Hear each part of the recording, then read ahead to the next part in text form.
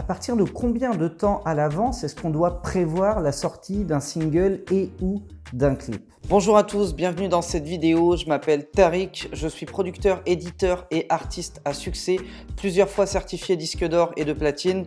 Et aujourd'hui, j'aide des artistes et des producteurs indépendants à vivre de leur musique.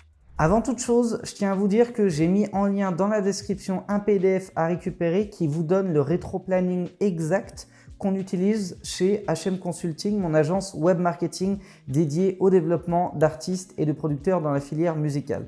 Au sein de cette agence, on a plusieurs plans de bataille, on travaille exclusivement sur le web et un des plus gros plans de bataille qu'on a conçu, c'est ce PDF que je vous ai mis en lien dans la description, donc n'hésitez pas à aller le récupérer. Et c'est un rétro-planning tout simplement de sortie single clip. Et vous allez voir que ça démarre au minimum 30 jours avant la date de sortie du titre, puisqu'il y a énormément de choses auxquelles vous devez apporter votre attention, notamment l'upload du titre sur les plateformes digitales. Je l'ai déjà dit dans d'anciennes vidéos, mais si vous n'uploadez pas votre titre à minima 3 semaines avant la date de sortie, il n'est pas éligible à une présentation au curateur de playlist streaming interne chez Spotify, chez Deezer, chez Apple Music et tout autre service qui serait créé au moment où vous verrez cette vidéo, si jamais vous la voyez dans plusieurs mois ou plusieurs années.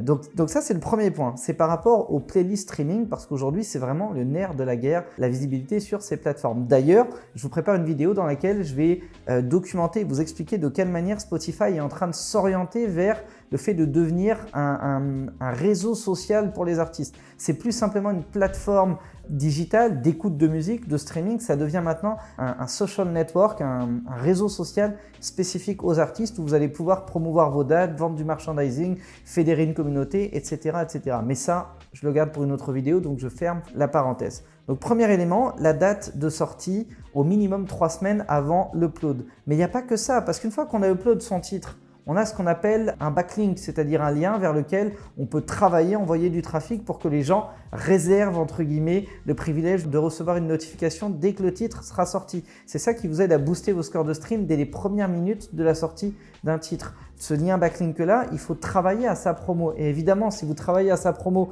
une semaine avant qu'il sorte, ça ne présente aucun intérêt. Donc dès le 30e jour, avant la date de sortie, on commence à travailler sur la promotion du backlink. Le deuxième élément, c'est bien sûr la sortie du clip. Quand on a un clip qui sort, et idéalement, il faut qu'il sorte le même jour de la sortie du titre, parce que vous n'êtes pas sans savoir que quand un titre sort le vendredi notamment, puisque c'est la journée internationale des sorties de titres dans la filière musicale, il sort à minuit 0001 seconde. Donc si vous sortez un clip ce jour-là, évidemment vous n'allez pas sortir le clip à minuit quand la moitié des gens va dormir.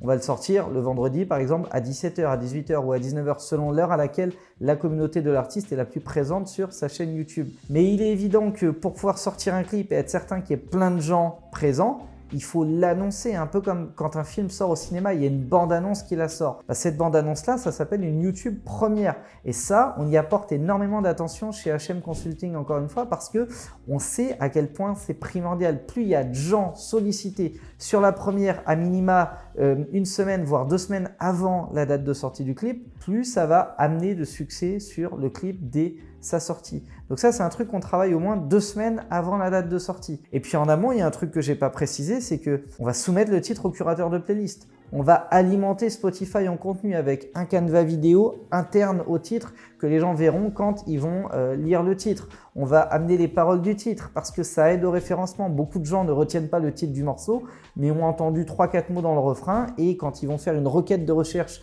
sur Google par exemple ou sur YouTube, ils vont mettre les paroles du titre. Donc ça aide à son référencement. Puis tout ça en fait c'est du travail, c'est de l'annonce, c'est de l'amorce, c'est jouer sur de la curiosité, c'est travailler le storytelling, c'est travailler le copywriting aussi sur les posts qu'on va mettre en place. C'est travailler de manière stratégique, ordonnée, bien organisée, qui va permettre de progressivement aller chercher d'abord son noyau dur de fans, puis son noyau dur d'abonnés, puis son noyau dur de visiteurs qui passaient par là, qui n'ont jamais fait l'effort de s'abonner ou d'intégrer la fanbase. Et ensuite seulement on commence à s'étendre à un public beaucoup plus large. Et tout ce travail-là se fait en amont.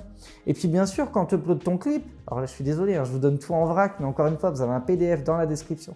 N'hésitez pas à aller le récupérer. Et puis, je vous donne tout en vrac aussi, c'est un petit peu fait exprès. C'est que chez HM Consulting, on fait ce travail-là pour vous. Donc, vous n'avez pas besoin de l'ordonner, de le structurer, de l'apprendre, de le maîtriser, puisque vous avez une équipe de pros du web marketing qui s'en occupe pour vous. Et notamment, cet aspect-là, c'est moi qui le gère au sein de l'agence. Je ferme la petite parenthèse. Spoiler, évidemment, vous l'aurez compris, pour la promotion de mon agence web marketing HM Consulting. Je reviens sur la partie promo. Quand on upload un clip, est-ce que vous pensez vraiment que ça suffit pour générer des vues? Bien sûr que non.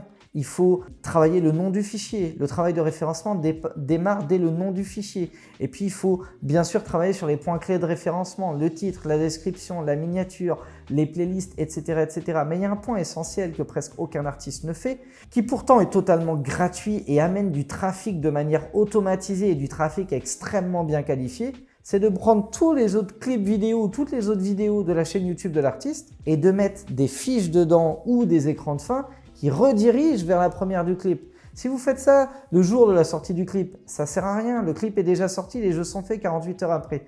En revanche, si vous faites ça 2 semaines avant sur toutes les vidéos de la chaîne YouTube de l'artiste, dont certaines génèrent encore peut-être plusieurs milliers, voire peut-être dizaines ou centaines de milliers de vues chaque jour ou chaque semaine, eh bien tout ce trafic-là, vous l'amenez vers la première. Et naturellement, ce noyau dur de fans qui vient d'écouter un clip, 2 clips, 3 clips ou de voir un making-of ou une interview de vous qui commence à s'attacher à vous, le premier appel à l'action qu'il voit à la fin de ce contenu, c'est « Regarde, il y a un nouveau clip qui sort, va regarder l'annonce, il y a un truc qui se passe ». Ils vont activer la cloche de notification et le jour de la sortie du clip, vous avez des centaines, des milliers, voire des centaines de milliers de personnes qui sont déjà présents à la sortie du clip. Et quelle information ça renvoie à l'algorithme YouTube? Je vous le donne en mille. Eh bien, c'est ce clip est génial, mets-le en avant. Et c'est comme ça qu'on se retrouve facilement en tendance YouTube, même quand on n'a pas des millions d'abonnés, même quand on n'a jamais encore fait des millions de vues sur un clip. Alors on ne reste pas longtemps parce qu'on est vite concurrencé par les gros artistes qui bossent bien aussi le web marketing, mais ça peut vous suffire à faire un pic de visibilité suffisant pour récupérer 1000, 5000, 10 000 nouvelles personnes qui ne vous connaissaient pas avant et qui sont amenées à vous découvrir.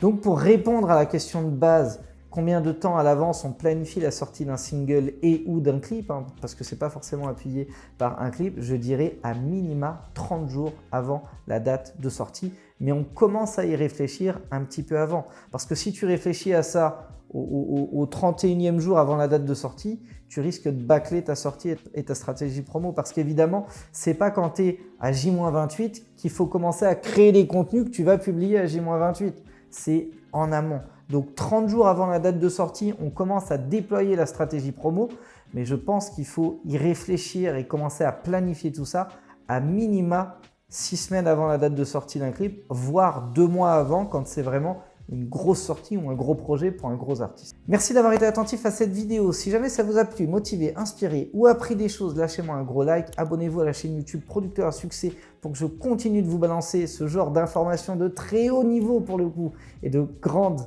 qualité à mon sens. Vous avez un lien dans la description pour récupérer le PDF du rétro-planning qu'on utilise chez HM Consulting. Et si jamais vous êtes intéressé par l'idée de vous faire accompagner par une agence web marketing spécialisée dans la filière musicale, sachez que l'agence aujourd'hui se limite en termes de traitement de nouveaux projets. On essaye de bosser 10 projets par trimestre grand maximum et c'est déjà beaucoup, je peux vous l'assurer. Mais par contre, on vous a mis un petit lien dans la description qui vous permet de nous envoyer un email. Donc c'est l'email de Joe, mon ami, mon associé, mon partenaire sur cette agence. Et vous pouvez lui écrire directement en lui disant que vous êtes intéressé par le fait de vous faire accompagner par HM Consulting. Et il va vous proposer un premier appel qui va vous permettre de voir un petit peu tout ce qu'on fait, vous montrer un petit peu les 2-3 success stories qu'on a déjà commencé à développer chez HM Consulting. Il va vous donner bien sûr les conditions de fonctionnement, de tarifs, etc. etc. Et si vous souhaitez qu'on vous accompagne, eh bien on en sera honoré si jamais le projet nous intéresse et si on sent qu'on est